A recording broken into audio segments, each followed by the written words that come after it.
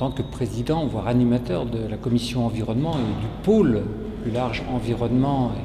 et Grenelle de l'environnement, puisque ça fait partie maintenant des dossiers importants qui président à nos travaux. Je pense en effet il y a eu une prise de conscience et un réel travail de réflexion et de proposition pour essayer de répondre à ces questions environnementales posées par la société et par aussi le gouvernement. Nous avons d'ores et déjà commencé à travailler en évoquant un certain nombre de travaux qui n'étaient pas réalisés jusqu'à ce jour, en particulier sur les bilans que l'on peut faire au niveau de nos exploitations,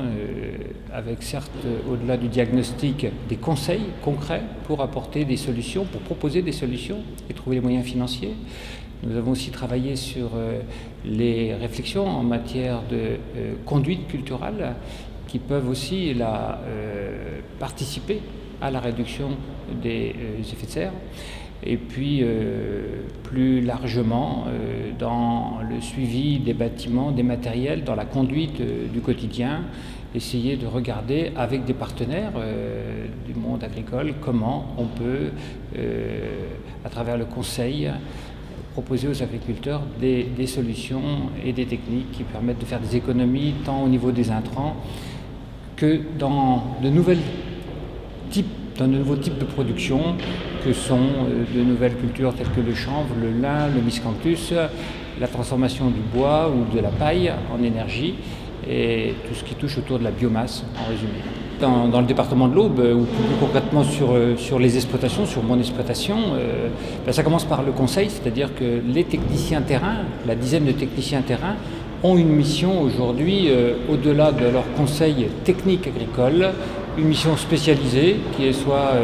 le conseil en matière d'agriculture biologique, en matière de lutte intégrée ou de lutte raisonnée, voire dans les domaines en effet des biomatériaux qui peuvent aller bien sûr dans les nouvelles demandes que sont les chaufferies bois ou autres utilisations non alimentaires. Deuxième domaine, c'est l'encouragement dans les fermes de projets tels que la méthanisation, toujours les chaufferies bois, des projets photovoltaïques ou les cultures industrielles destinées à la production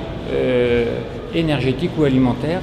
mais avec un fond de nouvelles techniques qui permettent de faire des économies d'intrants, de mécanique, et de tout ce qui va réduire tant les charges avec un effet bénéfique sur l'environnement.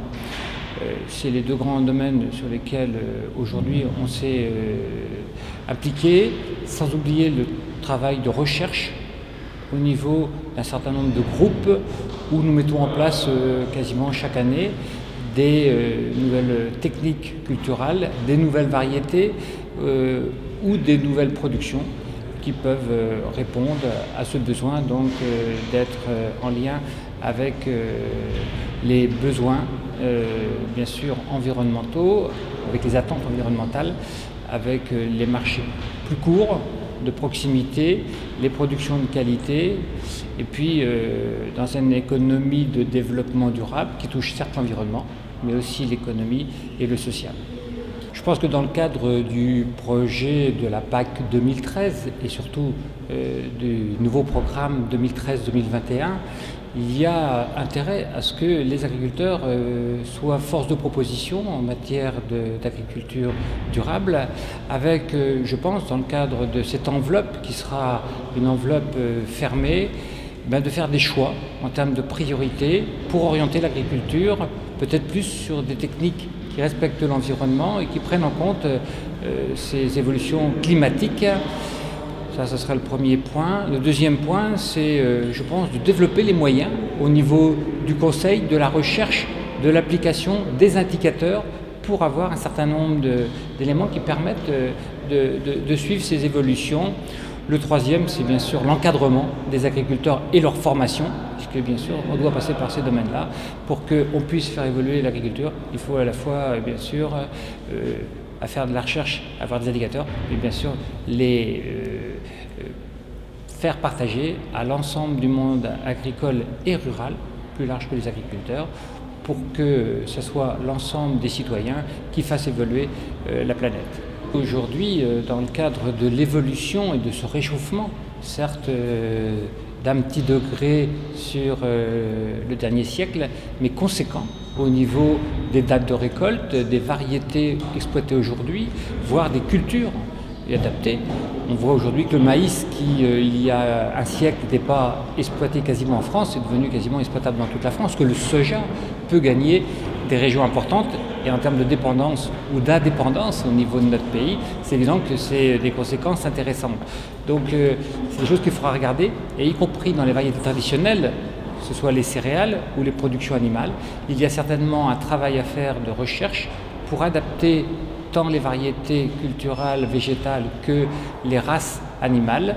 à des conditions légèrement différentes qui, a priori, pour notre continent européen et plus particulièrement la France, n'est pas dans un premier temps défavorable, mais a quand même déjà modifié un certain nombre de paramètres dans l'avancée des récoltes, l'évolution des fermentations pour un certain nombre de productions telles que les vins, ou dans les époques de pic de production pour des productions légumières, ou avec le réchauffement climatique, on arrive à avoir et à se confronter avec d'autres productions émanant des pays voisins, tiers, prenons les productions légumières ou fruitières, qui peuvent rentrer en concurrence par ce fait de jeu de réchauffement climatique. Je crois qu'il y aura aussi un souci de préservation des quantités d'eau, puisque ça reste l'un des éléments du vivant au-delà du sol, et de savoir gérer de façon intelligente et pragmatique